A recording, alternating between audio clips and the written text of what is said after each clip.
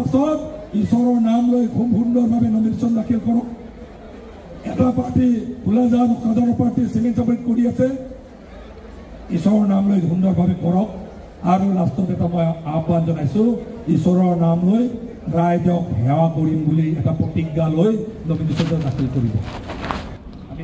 জুনাইটো পঞ্চায়ত নিৰ্বাচনৰ মনোনয়ন দাখিল।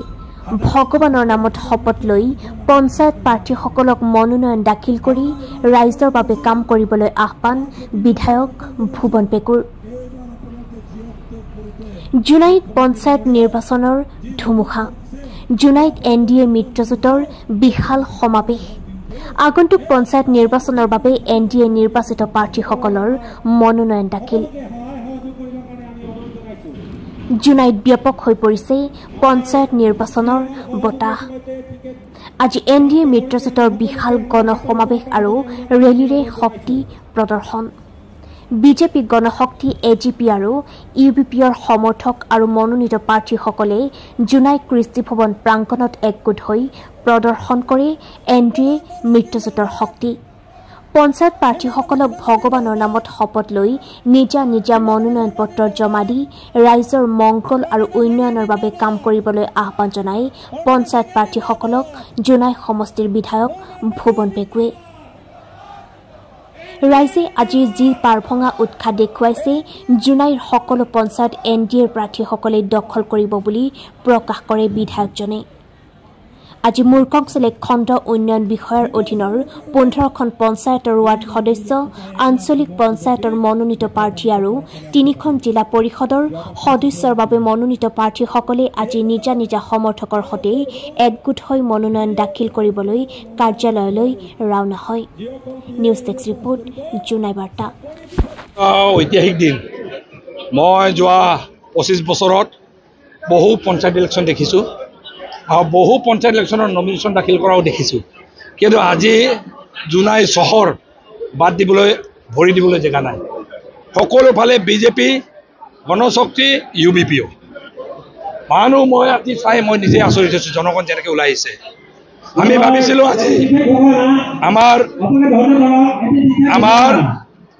অকল কেন্দ্ৰীয়সকল আহিব বুলি ভাবিছিলোঁ, আমাৰ কেন্দ্ৰীয়সকল আহিব বুলি ভাবিছিলোঁ, কিন্তু আজি যেনেকৈ হিলদল ভাঙি মানুহ প্ৰত্যেকটো GPৰ পৰা জনগণ ওলাই আহিছে। আজি আমি 4 অনা খৰচ কৰা নাই গাড়ী কাৰোবাক দিবলৈ, মানুহ আনিবলৈও আমি কোৱা নাই, কিন্তু আজি স্বতঃস্ফূৰ্তভাৱে যেনেকৈ মানুহ আজি ওলাই আহিছে, এইটো আজি এইবাৰৰ যুদ্ধটো জনগণ আৰু ডেভেলপমেণ্ট।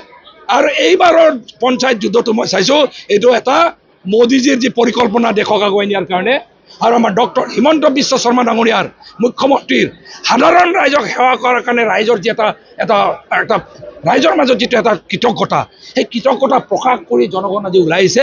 আৰু এই কৃতজ্ঞতাৰ আপুনি ফল যদি দেখে, আজি প্ৰত্যেকটো গাঁও পঞ্চায়তত, প্ৰত্যেকটো ৱাৰ্ড, প্ৰত্যেকটো কাউন্সিলাৰ, প্ৰত্যেকটো ZP এইবাৰ 100% জিকাই এইবাৰ ৰাইজে যি দেখিছোঁ, কোনো বিৰোধী শক্তিক শূন্য এটা নিয়মতে এটাও পাব নোৱাৰা কৰিলোঁ।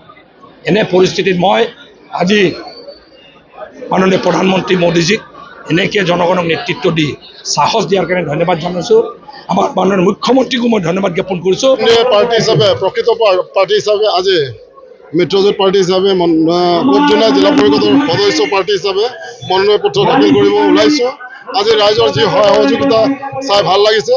আপোনালোকে জানে, এইখন চৰকাৰ আজিৰ পৰা 14 বছৰ আগত এই জুনাই অঞ্চলটো অসমৰ যিমানখিনি উন্নয়নৰ কাম কাজ কৰিছে আপোনালোকৰ নিশ্চয় দৃষ্টিগোচৰ হৈছে। লগত আমি আপোনালোক মানৱ জাতিটোক ইমান ডেভেলপমেণ্টৰ কাৰণে চৰকাৰখনে যি হবিলকী আঁচনি গ্ৰহণ কৰিছে, তাৰ কাৰণেও ৰাইজৰ সুফলিত হৈছে আৰু এই দিশে গতি কৰি আছে। তাৰ কাৰণে মোক এতিয়া এইবাৰ পাৰ্টি হিচাপে যিহেতু প্ৰশেষ কৰিছে, মই দুবাৰকৈ জুনাই গাঁও পঞ্চায়তৰ প্ৰেচিডেণ্ট আছিলোঁ, এইবাৰ জিলা পৰিষদৰ সদস্যকে প্ৰক্ষেপ দিছে। তাৰ কাৰণে মই দলীয় পাৰ্টীক মোৰ তৰফৰ পৰা আন্তৰিক ধন্যবাদ জনাইছোঁ। লগতে মই বিজয়ী হোৱাৰ পাছত ৰাইজৰ হকে আমি সদায় কাম কাজ কৰি আছোঁ আৰু ভৱিষ্যতে কৰি যাম বুলি মোৰ প্ৰতিশ্ৰুতিবদ্ধ। আজি ভাল লাগিছে। আজি আমাৰ কাৰণে এটা জুনাইবাসীৰ কাৰণে গৌৰৱৰ দিন বুলি ক'ব লাগিব। আমাৰ নতুন সমষ্টি মধ্য জুনাই সমষ্টিৰ পৰা প্ৰতিনিধি হিচাপে মোক ৰাইজে ছাপোৰ্ট কৰিছে, গতিকে মোক এইবাৰ মানে জিলা পৰিষদৰ সদস্য হিচাপে মনোনীত কৰিছে গতিকে মই যিহেতু 5 বছৰ মই কাৰ্যকাল পঞ্চায়তত কাম কৰিছিলোঁ গতিকে এইবাৰো মই ভালকৈ কাম কৰিব বিচাৰোঁ মহিলাৰ হৈ কাম কৰিব বিচাৰোঁ আৰু সমগ্ৰ দুখীয়া ৰাইজৰ কাৰণে মই ভালকৈ কাম কৰিব বিচাৰোঁ বুলি মই প্ৰতিজ্ঞাবদ্ধ